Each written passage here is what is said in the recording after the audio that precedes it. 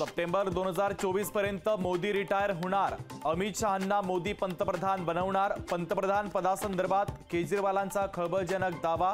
अरविंद केजरीवालांचा दावा भाजपनं फेटाळला।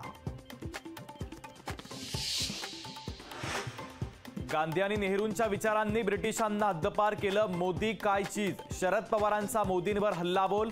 पवार हेच ब्रिटिश मानसिकतेचे। पवारांच्या टीकेला भाजपचा पलटवार। निवडणूक निकालाआधीच पंकजा मुंडेंच्या मंत्रिपदाची चर्चा। अजितदादा लावणार पंकजांच्या मंत्रिपदासाठी फिल्डिंग। फडणवीस देखील पंकजांच्या मंत्रिपदाबाबत आशावादी।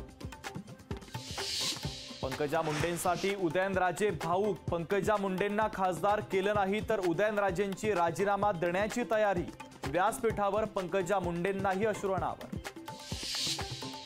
काँग्रेसला मतदानासाठी मशिदींमधून फतवे। राज ठाकरेंचा आरोप तर राज ठाकरेंनी केलेले आरोप खरे असल्याचा फडणवीसांचा दावा।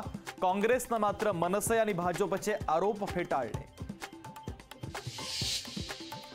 राहुल गांधींना पाकिस्तानातून लव्ह लेटर येतात। काँग्रेसला मत म्हणजे पाकिस्तानला मत। नवनीत राणांची कट्टर हिंदुत्ववादी भाषा। राणांच्या भूमिकेला भाजपचं खतपाणी। पैशासाठी नथुराम गोडसेंची भूमिका करणं शोभतं का। अजितदादांचा अमोल कोल्हे यांच्यावर हल्लाबोल। इम्तियाज जलील हे औरंगजेबची औलाद, त्यांना उत्तर देत नाही। नवनीत राणांची इम्तियाज जलील यांच्यावर जहरी टीका। राज्यसभेची ऑफर देणाऱ्या राजन साळवी आणि किरण सामंतांमध्ये जुंपली। किरण सामंतांचा आता थेट राजापूरमधून साळवींना आव्हान।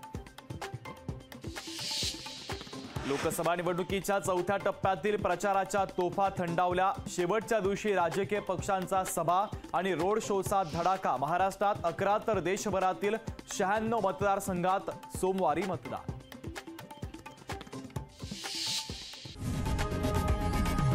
लोकशाही मराठी ऐका, पहा, जागरूक रहा।